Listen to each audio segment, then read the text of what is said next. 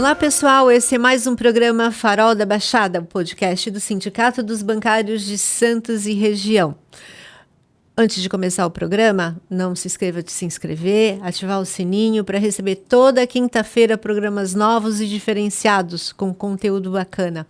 Hoje a gente está com a Ive Fávero.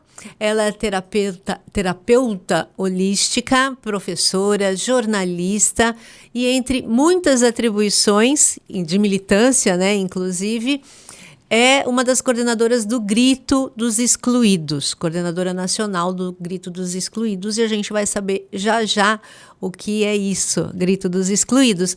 Muito obrigada, Ive, por estar aqui com a gente, para divulgar, né, e para as pessoas saberem o que é o Grito dos Excluídos. Pois é com muita gratidão que eu aceitei o convite de estar aqui. O Grito dos Excluídos mora no meu coração. Eu conheci o Grito há um tempão e militei por algum tempo. Depois ele deu uma amornadinha aqui na região e aí, há alguns anos, voltou. E aí eu recebi o convite para participar primeiro da coordenação local e acabei chegando lá na coordenação nacional. São muitas tarefas, né? O Grito, a gente costuma dizer que ele não para, porque ele precisa atender a algumas demandas, que são as demandas locais em relação à omissão do poder público, por exemplo, no que se refere aos direitos humanos, né? É esse o nosso olhar, o olhar para os direitos das pessoas. Então, o Grito tem uma função de gritar junto às pessoas que estão em vulnerabilidade, onde quer que elas estejam. O Grito, ele existe já há 29 anos, né? Essa é a 29ª edição. Ele começou dentro da Igreja Católica, especialmente com as comunidades eclesiais de base e outros movimentos progressistas, né? Começou a partir de um evento da Semana Social Brasileira, em que se identificou que havia tanta deficiência, tantos problemas, tantos desafios em tantas áreas, que era preciso levantar a voz para fazer com que as autoridades competentes ouvissem o clamor das pessoas, né? Então, isso é o Grito dos Excluídos. É uma reunião de pessoas católicas, inicialmente, e depois não católicas também, e aí movimentos sociais, movimentos sindicais, entidades plurais, e pessoas que não estejam ligadas a nenhuma dessas outras coisas que eu disse anteriormente podem fazer parte do Grito, da organização do Grito dos Excluídos, né? E aí, quando é que acontece o Grito dos Excluídos e das Excluídas? Vamos dizer que a culminância desse grito aconteça propositalmente todos os anos no dia 7 de setembro. Cada local faz de um jeito, né? Então, tem cidades que fazem pré-gritos durante o ano, e aí, nesse dia 7, faz uma atividade grande, reunindo as pessoas que participaram desses pré-gritos. Tem região que faz encontros virtuais para discutir pedagogicamente, politicamente, as questões que acontecem, né, nos bairros, no município, enfim. E tem locais que fazem só uma atividade no dia mesmo, uma atividade simbólica, enfim. É respeitado o querer das coordenações locais, das coordenações regionais. O que é legal dizer do grito é que ele começou na Igreja Católica, mas ele extrapolou. Ele começou no Brasil, mas ele também extrapolou as fronteiras brasileiras, né? E quem vai se aproximando do grito e tem esse olhar para questões sociais não consegue sair, justamente porque são tantos os desafios que a gente precisa olhar, que fazer o grito 1 ano em um lugar não é suficiente para sanar os problemas daquele lugar. Mas o objetivo não é a gente vestir a capa do herói e ir lá como super-heróis resolver os problemas dos outros e para os outros.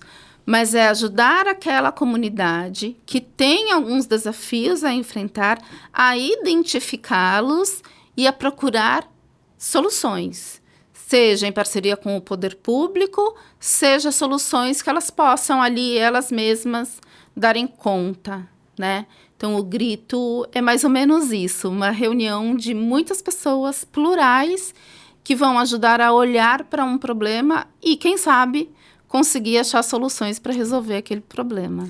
Ive, como é que se chega ao tema do grito nacionalmente? Porque existe uma coordenação nacional. Como se dá isso, essa construção? Sim, essa é uma construção bem horizontal. No começo do ano, a coordenação nacional, por meio da Secretaria Nacional do Grito e por meio do grupo dos articuladores e dos comunicadores, vai provocando os locais para que até determinada data pensem em lemas, em temas para serem tratados no grito daquele ano. Não sei se por conta da aproximação da Igreja Católica e por conta de termos nas coordenações, tanto locais, quanto regionais, quanto na nacional, muitas pessoas ligadas à Igreja Católica também, ou se pelo fato do tema da campanha da fraternidade sempre ser tão urgente e tão forte, acaba que fica muito próximo. Ainda que a gente leve em consideração todas as especificidades dos lugares, e isso é uma coisa legal na coordenação do grito, ela não é verticalizada, ela leva em consideração as ideias de cada lugar. Então, até determinada data, são aceitas sugestões, né, das ideias todas para aquele ano.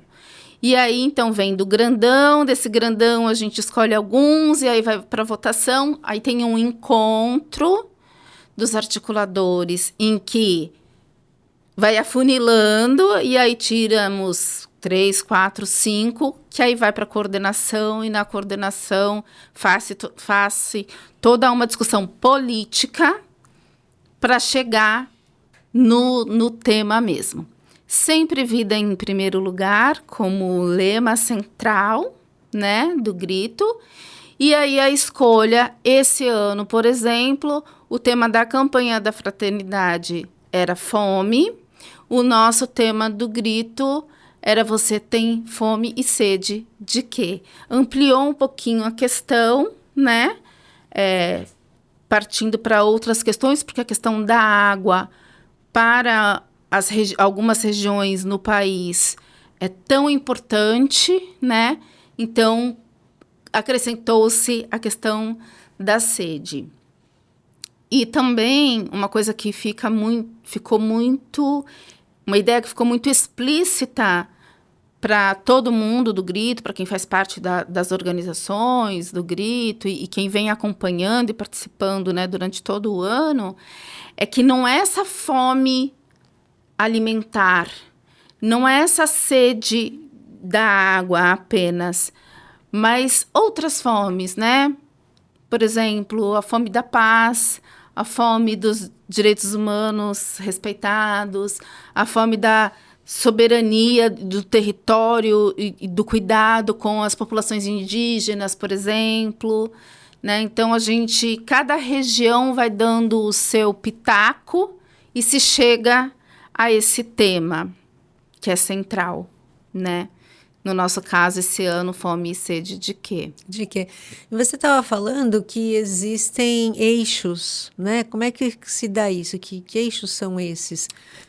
Bom, vou explicar primeiro a necessidade dos eixos, né? Sim. A gente no Brasil e no mundo vive muitos desafios. E eles são abrangentes demais. E se a gente deixar solto, a gente não consegue dar conta de refletir sobre coisas muito importantes.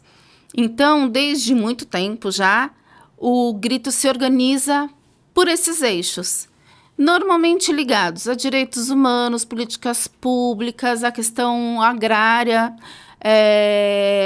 a educação, saúde, né, acesso a trabalho, emprego e renda, por exemplo.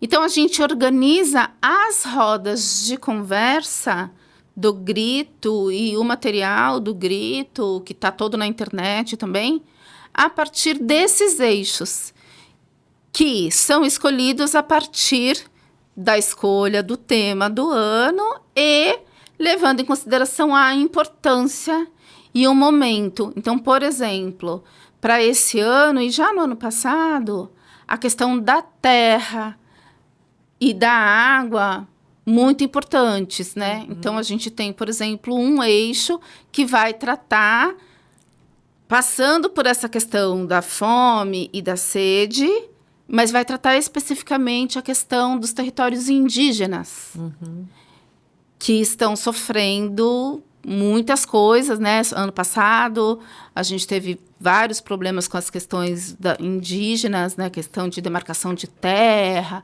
Mineração. A mineração. Então, a gente vem falando disso. Né? As doenças. Então, o eixo desse ano, né? Tem um título gigante. Da questão indígena é o eixo 4. Espera só um pouquinho que eu vou chegar nele. Demora um pouquinho para carregar, mas já vem.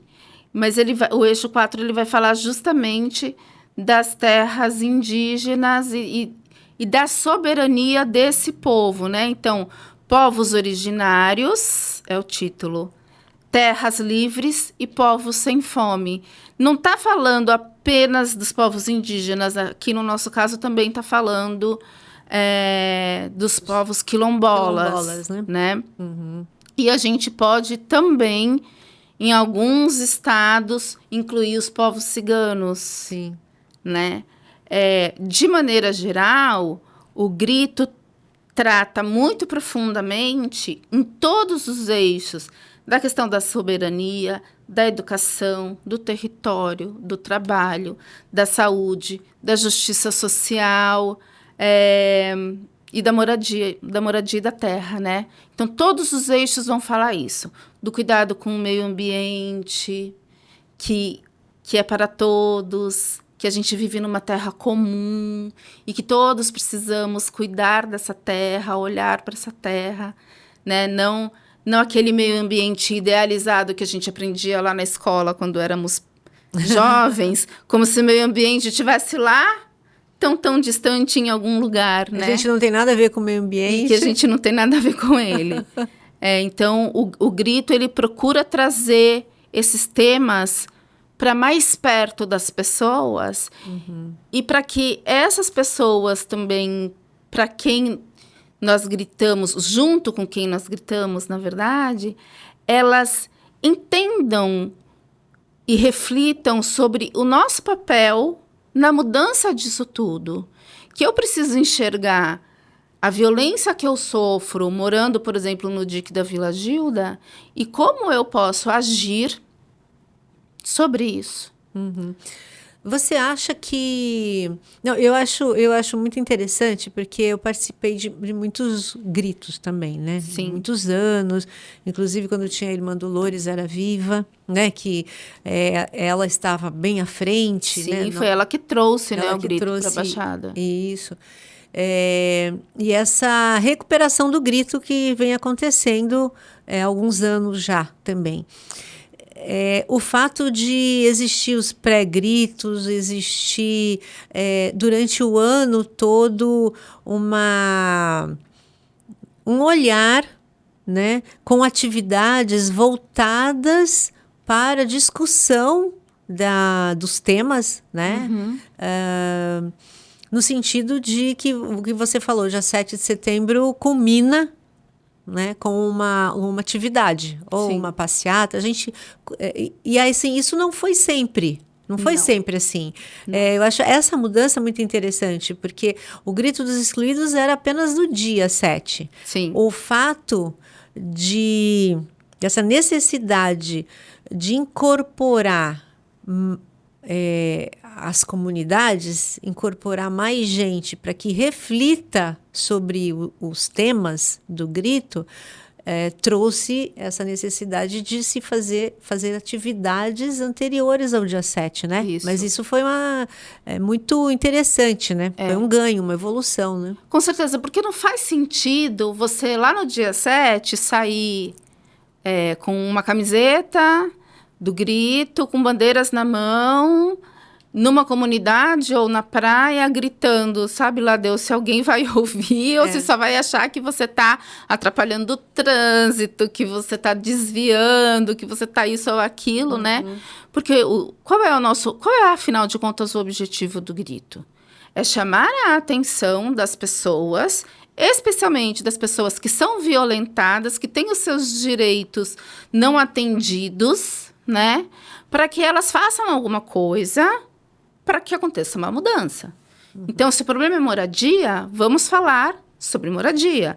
Se o problema é transporte público, vamos falar sobre isso. Se o problema é falta de escola, falta de creche, né? E aí, anteriormente, parecia que alguns iluminados viam que existia um problema e iam lá com a capa dos salvadores, né? Iam lá no dia 7, faziam aquele alvoroço e de lá iam embora e fecha a porta. Ano que vem, dia 7, a gente volta, né? E não é isso.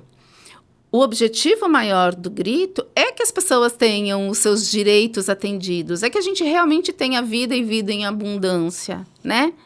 Mas para isso a gente sabe que é preciso fazer uma caminhada, porque eu tenho direito à vida até determinado lugar, você, dependendo da sua condição social, até determinado lugar, e as pessoas que estão à margem continuam à margem, né? Então, qual é o objetivo do grito? É ir à margem e, junto com as pessoas dali, daquela comunidade, identificar quais são os desafios e quais são os possíveis meios de resolver, ou totalmente, ou parcialmente, ou nós sozinhos, ou nós com poder público, de preferência nós com poder público, porque a gente está falando de políticas públicas, né, para atender essas populações. Ou de conscientização, né? Exatamente. Porque às vezes o problema, no geral, não tem uma solução fácil e nem rápida. Ainda mais quando se trata de poder público, de política pública. Mas a conscientização daquela comunidade que é necessário eles estarem unidos para lutar por melhoria, qualquer que seja, isso já é um grande ganho. Isso. Você acha que... Você deve ter ideia nacionalmente, né? Claro que cada região, cada cidade tem uma efervescência, tem uma... Você acha que esse aspecto, esse objetivo, ele está sendo cumprido? Ou a gente precisa caminhar muito ainda na inserção com as comunidades? Eu acho que a gente precisa ainda amassar bastante barro, né? Especialmente agora, depois desses últimos 4 anos, em que as coisas ficaram mais desafiadoras. A gente também tem um apagamento e um distanciamento das pessoas, eu não acredito ser possível eu fazer alguma coisa. Mas eu sozinho não faço nada, não transformo nada. As pessoas, elas foram perdendo as forças, né? E agora a gente está trabalhando numa retomada. Porque até nós perdemos as forças, né? Às vezes a gente fica assim, meu Deus, eu fiz e não saí daqui. Porque também é tanta coisa para ser feita, né? Então a gente está numa retomada, especialmente aqui em Santos, aqui na Baixada, né? Porque o grito aqui ele é organizado nas 9 cidades. A gente conseguiu fazer, mesmo nesses últimos 4 anos, alguns gritos localizados nas cidades. A gente optou por ter um cuidado com a vida, então a gente fez atos simbólicos na época do Covid, a gente fez como gesto concreto a distribuição de álcool e de máscaras, né? E aí a gente vem retomando o grito, mas também mudando o formato dele, né? O que identificamos? Que muitas vezes as pessoas que vão lá no dia 7, elas não, por não terem participado de reuniões anteriores, de discussões anteriores, elas vão lá sem saber exatamente o que vai acontecer ou o que é o grito, né? Então, esse ano a gente resolveu voltar às bases. E aí, o que é voltar às bases? É voltar ao princípio mesmo. Então, esse ano o grito não vai ter a caminhada, não vai ter o uso de microfone. Ele está pautado em uma celebração interreligiosa que vai acontecer dentro de um espaço religioso, na Paróquia Sagrada Família, na Zona Noroeste, que é uma região bem carente da nossa cidade. Mas não vão participar apenas católicos. O convite é que toda a sociedade participe, né? Então, nós vamos chamar outros religiosos para participarem dessa celebração. E aí, a gente também vai ter um ato concreto, que é a doação de alimentos não perecíveis para essa comunidade, que a igreja, a Sagrada Família, a paróquia, ela está bem próximo ao dique da Vila Gil, daquela região onde tem as palafitas, né? E ali tem muitas pessoas com vários desafios, inclusive de segurança alimentar. Então, o padre ali naquela comunidade faz um trabalho de doação de cesta básica para essas famílias. E aí a gente vai fazer, após o ato interreligioso, rodas de conversa abordando justamente esses temas, já como um ponto de partida para o grito do próximo ano. Então, a ideia é a gente retomar essas rodas de conversa presenciais, que na pandemia nós precisamos parar, continuamos fazendo virtualmente, mas aí quando você faz virtualmente, você ganha outras esferas, né? A gente teve participantes do Brasil todo nas nossas transmissões. Mas agora a gente quer voltar ali para o nosso quintal e conversar com os nossos vizinhos, identificando quais são os nossos problemas, regionalmente falando, localmente falando, para poder, de pouquinho em pouquinho, voltar de novo para as ruas, para a caminhada, mas aí tendo um outro sentido, né? Que não é a caminhada pela caminhada, que não é o objetivo do grito. O objetivo do grito é, vamos caminhar? Sim, vamos caminhar. Mas antes, a gente precisa conversar. A gente precisa entender para que é essa caminhada, qual é o objetivo dela, para que possa fazer sentido e aí a gente ter mais adeptos também e pessoas que sabem o que é o grito, para que ele serve, por que estamos aqui há 29 anos, né? Significa que tem bastante coisa aí para fazer. É interessante, vai mudando, né, o perfil. No início, era a ideia, eu pensando aqui, a ideia do dia 7 sair às ruas, na verdade, eram que os excluídos saíssem às ruas para gritar. Né? E fazer uma denúncia no dia do desfile cívico-militar. Isso. Porque a gente tem que lembrar que o grito surgiu lá ainda, né? No finzinho da ditadura, em que a gente ainda tinha essas questões. Então, ir após o desfile militar, ele acontecia sempre assim. Acontecia o desfile cívico-militar e atrás os excluídos. Os excluídos. Então, era uma maneira desse grito chegar às pessoas. Então, é de denúncia. Na verdade, não era nem de organizar, nem de conscientizar, nada. Não. Era denúncia à época. Eu lembro que era difícil ter as pessoas de periferia fazendo. A gente fez gritos em diversas cidades, em diversos locais.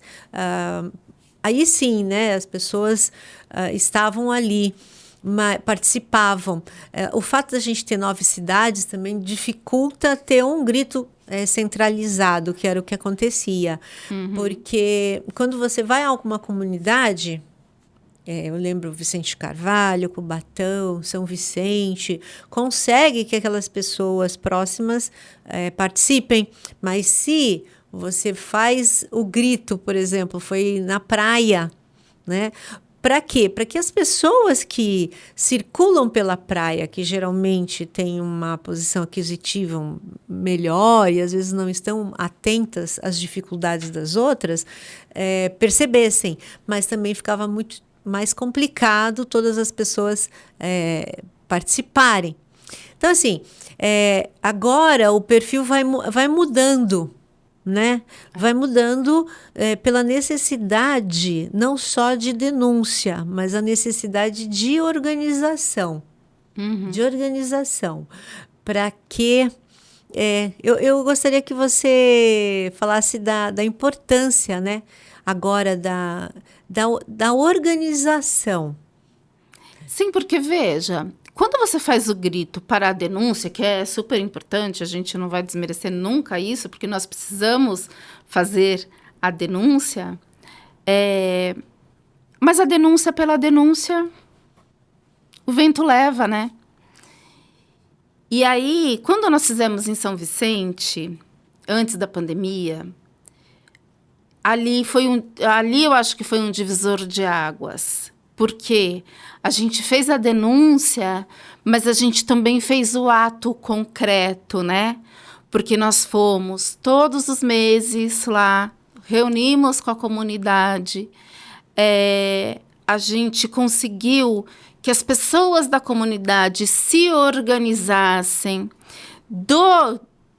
dessas ações do Grito dos Excluídos. No dia 7, saiu roda de conversa com as mulheres, falando sobre a questão das violências e das vulnerabilidades femininas. Saiu roda de conversa com as crianças. Teve atividade com a economia solidária. A gente fez a limpeza daquela região, né, que era uma região bastante suja, com bastante elementos jogado ali, descartado equivocadamente naquele espaço. A gente pintou o muro da creche, nós conversamos com aquelas pessoas que vendem ali na Feira do Rolo várias coisas.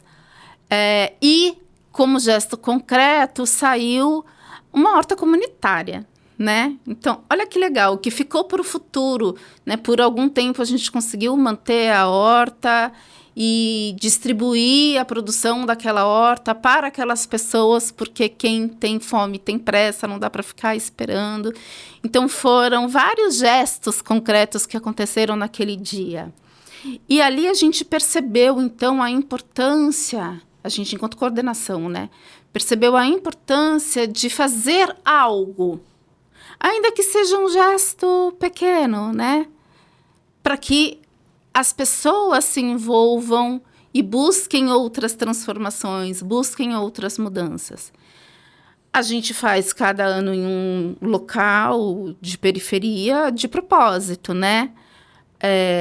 Em alguns momentos decidimos fazer na praia para anunciar, denunciar, e agora a gente volta, né? Já ano passado voltamos para a periferia, não só para anunciar, mas também para transformar.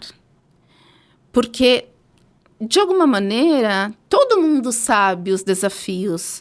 Pode não ter a noção exata de qual é o tamanho do desafio, mas a pessoa que mora na praia, ela sabe que tem uma favela de palafitas, a maior da América Latina, na nossa ilha. Né? Ela sabe.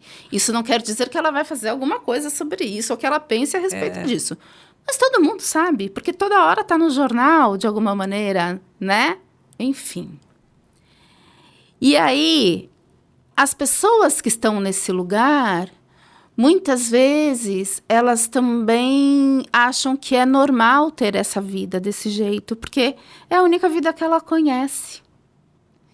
E cabe a nós, que somos vizinhos, e no meu caso, literalmente, sou vizinha mesmo, porque moro ali pertinho, ajudar essas pessoas a perceberem que elas merecem ter mais qualidade de vida, que não é normal morar numa favela de palafitas, que isso precisa ser superado e é com política pública para a moradia que a gente consegue fazer isso, né?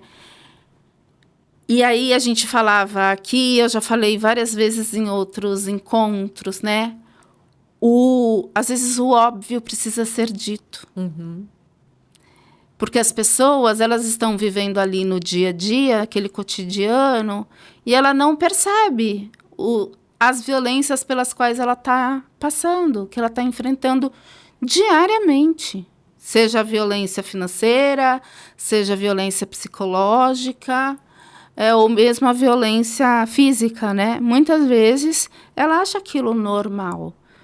E se a gente não vai com uma conversa franca, sincera, em que ela se sinta num ambiente, além de acolhedor, um ambiente seguro para que ela diga o que ela pensa, ainda que seja contrário ao que eu penso, né? E está tudo bem, a gente consegue chegar num denominador comum. Então, é isso que o Grito vem trazendo esse ano, né? O resgate desse lugar em que a gente dá prioridade para quem está ali excluído de verdade e muitas vezes nem percebe que está tão excluído assim. E acha que é normal. Ah, mas é normal, eu estou aqui, sempre foi assim. Eu não posso fazer nada para mudar. E pode. Eu acho o grito é tão... se coloca tão importante que já está no calendário da maioria das organizações, né? O Sindicato dos Bancários sempre tem apoiado, participado também, e diversos movimentos também participam. Agora, pelo caráter social, do tema social, que sempre é levantado, a participação é feita pelas pessoas progressistas, né? As pessoas que buscam, você falou no começo, as pessoas que buscam por justiça social, né? Não querem apenas ter uma vida de qualidade digna para elas, mas que todo mundo tem essa vida de qualidade, né? Sim. E isso é um demarcador, né? Um demarcador. Claro, percebo que as pessoas no 7 de setembro que saem, as organizações, são muitas organizações que participam, são aquelas progressistas. Sim. Né? Muitas de esquerda, que não querem o benefício próprio, mas de toda a sociedade. Eu acho que é de pessoas que entendem que para que eu tenha o meu bem-estar de verdade, o outro também precisa ter o bem-estar. Por quê? A gente sabe que quanto pior vai a sociedade, maiores são os índices de violência, maiores são os atos de perseguição, tudo fica mais difícil. Então, se eu, progressista, de esquerda, ajudo a outra pessoa, eu entendo que, de alguma maneira, eu também estou ajudando a toda a sociedade a ter melhor qualidade de vida, né? Então, é uma via de mão dupla. Eu estou contribuindo com as pessoas que estão lá à margem, eu estou contribuindo com toda a sociedade. E quem tem esse tipo de pensamento, normalmente está ligado às entidades, aos movimentos progressistas e de alguns partidos políticos, ou não, mas se é de partidos políticos, normalmente os que estão à esquerda. Isso e a gente nota, assim, tanto essa polarização que ocorreu esses 4 anos anteriores, que houve a preocupação do grito ser feito num mesmo local, ou local próximo onde havia manifestação da direita. Uhum. Quer dizer, o grito, ele não é partidário. Não. O grito, ele é da sociedade, de todo mundo. Eu não vou repetir o que você falou, que tem esse entendimento. Uhum. Então, assim, mas como que existe... Como é que a gente chega a esse ponto? Existia essa preocupação de, na verdade, sofrer violência. Sim. Por parte de pessoas que não têm esse entendimento, né? É uma coisa muito... É muito louco isso, né? O que a gente viveu esses Sim, 4 anos. Né? Foram tempos em que a gente fez muitas reuniões para organizar o grito. Tivemos reuniões invadidas, reuniões virtuais invadidas. Sim. E foi em desespero, né? E tivemos também ameaças, né? Nós fomos ameaçados de fazer o grito no Gonzaga e na praia, né? Na Praça das Bandeiras, fazer a concentração ali. E fomos ameaçados. Então, a gente precisou reorganizar tudo em horas. Fomos impedidos. E fomos impedidos de fazer o grito. A gente não pôde ligar o caminhão de som. Teve que ser no gogó, literalmente. Foi, e sair encaminhada e fazer em outro local. E sem parar. A gente não podia parar. Né? Nós fomos ameaçados de sermos presos enquanto coordenação. Olha, foi assim... É horrível lembrar disso, né? Porque quem deveria nos proteger, na verdade, foi quem nos ameaçou. Quem está a serviço de outros interesses, né?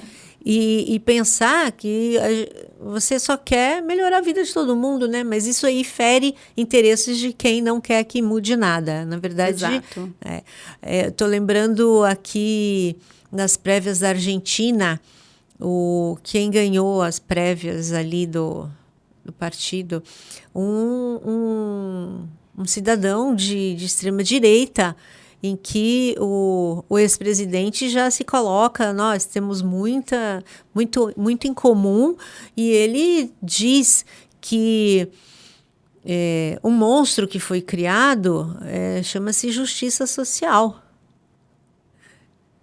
Porque quando existe uma necessidade, existe a necessidade de um direito.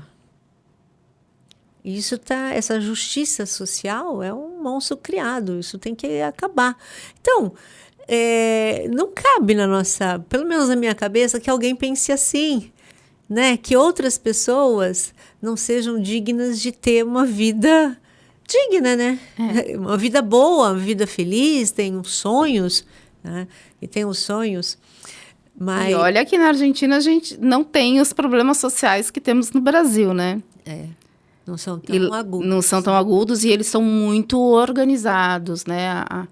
O que a gente chama de esquerda na Argentina é muito organizada. Mas, assim, alguém chegar ao ponto de dizer que a justiça social é um monstro... Não foi exatamente com essa palavra, mas foi isso que ele disse. Que alguém paga... Esquecem que alguém paga pelo direito que é criado por conta de uma necessidade.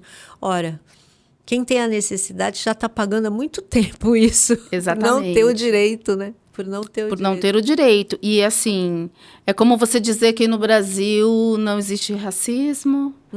É como você dizer que no Brasil não existe homofobia. Ou você dizer que não há feminicídio, né? Quando tudo isso acontece. E acontece embaixo do nosso nariz. E muitas vezes somos pegos de surpresa ou não esperamos porque vem de alguém próximo que a gente jamais imaginaria ter esse tipo de comportamento.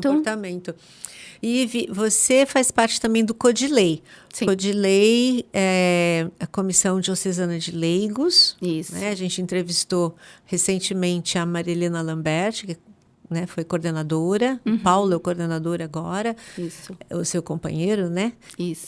E a Lurdinha. Maria de Lourdes, ela falou assim, a Lurdinha. E aí eu queria, assim, a sua opinião. O que você pensa, por exemplo, que recado você daria para os cristãos, né, os leigos, né, e o grito dos excluídos? Como deveria ser, assim, a participação? Bom, eu penso que aqueles cristãos, sejam eles católicos ou não, ou aqueles religiosos de qualquer religião que seja, ou os ateus, os agnósticos, todo mundo, né, na verdade, que pensa numa sociedade melhor, que sabe que cabe a cada um de nós dar a contribuição, seja ela pequenininha ou maiorzinha, para que a sociedade melhore, precisa estar alinhado com o grito dos excluídos, né? Porque o grito dos excluídos ele é para todo mundo. De alguma maneira, até aquelas pessoas mais abastadas sofrem alguma exclusão, ou pela sua condição, por exemplo, questão de gênero, ou até geracional, que a gente tem passado por tantos desafios ligados a isso, né? Verdade. E às vezes as pessoas não pensam que elas também podem estar sendo excluídas por terem 80 anos, por exemplo, e viverem em Santos, ou por serem cadeirantes. Não importa se você mora na praia ou se você mora no morro. Se você pensar na questão do acesso aos lugares e a como você tem o seu direito de ir e vir afetado quando você é um cadeirante, por exemplo, não importa, você é um excluído, né? É claro que aqui o nosso olhar é para aquele excluído que sofre muitas vulnerabilidades, que a pessoa que mora na orla da praia não vai ter tantas vulnerabilidades. Nosso olhar é mais voltado para essas pessoas, né? E aí, pensando nisso, homens e mulheres, cristãos leigos, cristãos de outras denominações religiosas, ou todas as pessoas, ainda que elas não tenham nenhuma religião, se elas estiverem alinhadas com esse pensamento de que cada um pode fazer a sua parte, vale a pena fazer parte do grito dos excluídos. É isso, essa é a mensagem, né, do grito. Exatamente. É a mensagem do grito. E assim, a participação dos leigos, especificamente, é a participação na sociedade, né? Sim. Que pede tanto o Papa Francisco, desde o Vaticano II, a gente já falou bastante aqui sobre isso, a participação. Que tenhamos o olhar para o pobre, Isso, a igreja em saída. De transformação. Então, deixar aquela religião apenas intimista, Ou no templo. E saber que a sua missão é fora do templo. Né? Ainda que esse ano o grito dos excluídos vá acontecer dentro do templo, mas com um objetivo específico da gente voltar para as nossas raízes, né? O grito nasceu na Igreja Católica, então não há problema em termos um ato, uma ação do grito acontecendo num salão paroquial de uma igreja católica, no caso, esse ano, da Sagrada Família. Vai acontecer às 10 horas da manhã. E aí é muito fácil de chegar lá, é perto do ponto final dos ônibus, na Zona Noroeste. Tem ônibus que passa na porta. Então é muito, muito, muito fácil de chegar. Praça Bruno Barbosa, 150, lá na Zona Noroeste. Dá um recado na câmera ali para todo mundo. Aqui? Então, para você que quer participar do nosso encontro no dia 7 de setembro, vai acontecer uma celebração, um ato interreligioso, seguido de rodas de conversa sobre diversos temas ligados à nossa sociedade. É na Paróquia Sagrada Família, aqui da Diocese de Santos. Fica na Praça Bruno Barbosa, número 150, lá na Zona Noroeste. Muito fácil de chegar. 10 horas da manhã, né? 10 horas da manhã. E qual é a previsão de de duração? A gente acredita que umas 2 horas, 2 horas e meia, não mais que isso, né? E encerra com um ato interreligioso? Começa com um ato interreligioso. Interessante. E aí vamos para a roda de conversa. Para a gente não ter também que encurtar a roda de conversa, ficar com pressa de terminar, porque aí tem um ato interreligioso. Então a gente começa com ele, e aí, inspirados pelas palavras de Deus ou de qualquer outra denominação, né? A gente vá para a roda e fique conversando a respeito, né, dos desafios a serem enfrentados. Legal. Espero que seja um sucesso, né? Eu estarei lá, com certeza. Como todos os anos. Como todos os anos. E, Ivy, agradeço bastante a sua presença, da gente poder estar conversando com um tema super importante que se dá no Brasil e até fora do país, né? Isso está ganhando o mundo. Ano passado, ano retrasado, vários países, eu não vou me lembrar de todos eles, mas com certeza Itália, França, Espanha, Estados Unidos e Canadá tiveram atos no dia 7 de setembro. Que legal, bacana. É lindo, né? Muito, muito. Sucesso, né? Pra gente, pro grito, que dure mais muitos anos, sempre eficaz. Sim. Tá? Muito obrigada pelo convite, foi um prazer estar aqui. Eu que agradeço. Gente, olha, então, esse foi o nosso programa. Não se esqueçam, 7 de setembro, na Igreja Sagrada Família, a gente vai estar lá conversando temas importantíssimos. E aí? Se inscreve no canal, ativa o sininho, dá o like para mais receber os nossos programas, tá certo? A gente se vê quinta-feira.